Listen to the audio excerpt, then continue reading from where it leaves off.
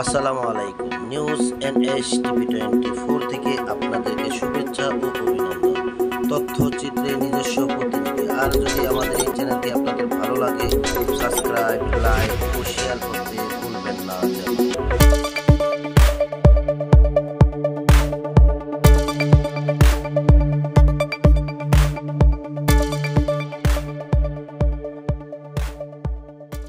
আসন্ন ফকিরহাট উপজেলা পরিষদ নির্বাচনে 2024 চেয়ারম্যান পদপ্রার্থী আলহাজ শেখ ওয়াহিদুজ্জামান বাবু ভাইকে মোটরসাইকেল মার্কায় জয়যুক্ত করে আমাদের এলাকাবাসী সবাই আনন্দ উল্লাস। ব্যাপী নির্বাচন, এখানে কিন্তু অর্থের কোনো বিষয় নয়, এখানে শুধু প্রতিবাদের বিষয়। মানুষের সব রাস্তা এক জায়গায় এসে মিশেছে শুধু প্রতিবাদের করার জন্য, ভালো ব্যবহার পাওয়ার জন্য মানুষের কাছে।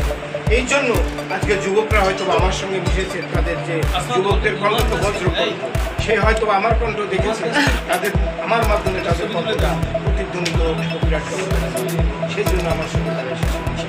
আমিও তাদের অভিনন্দন জানাই এবং তাদের যুবক ভাইদের শক্তি আমার শক্তি, তাদের শক্তি নিয়ে আমি ফকিরহাটের জনগণকে ভালোবাসতে চাই, জনগণের পাশে থাকতে চাই, জনগণের সেবা করতে চাই।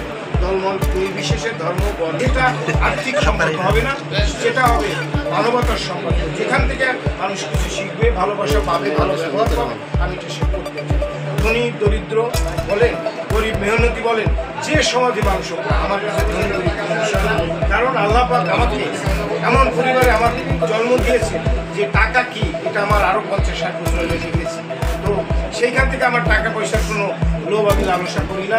আপনাদের একটি মেসেজ দিতে চাই, সেটি হলো ফকিরহাটের কোনো জনগণ যদি ফকিরহাটের কোনো পাবলিক 5টা লোকের ভিতরে একটি লোক সৎভাবে ইনকাম করে, আমি ওয়াহিদুজ্জামান বাবু তার ভিতরে দীর্ঘ কয়েক বছর আমি ছাত্রলীগ যুবলীগ করার ভিতর থেকেও অনেক রকম অনৈতিক বলেন বা বিপদের যে পথের ইনকাম সেটা বলেন, এটা আমি করার সুযোগ পেয়েছি। আমি করি নাই, আমার ভবিষ্যতে কোনোদিন করার ইচ্ছা নাই।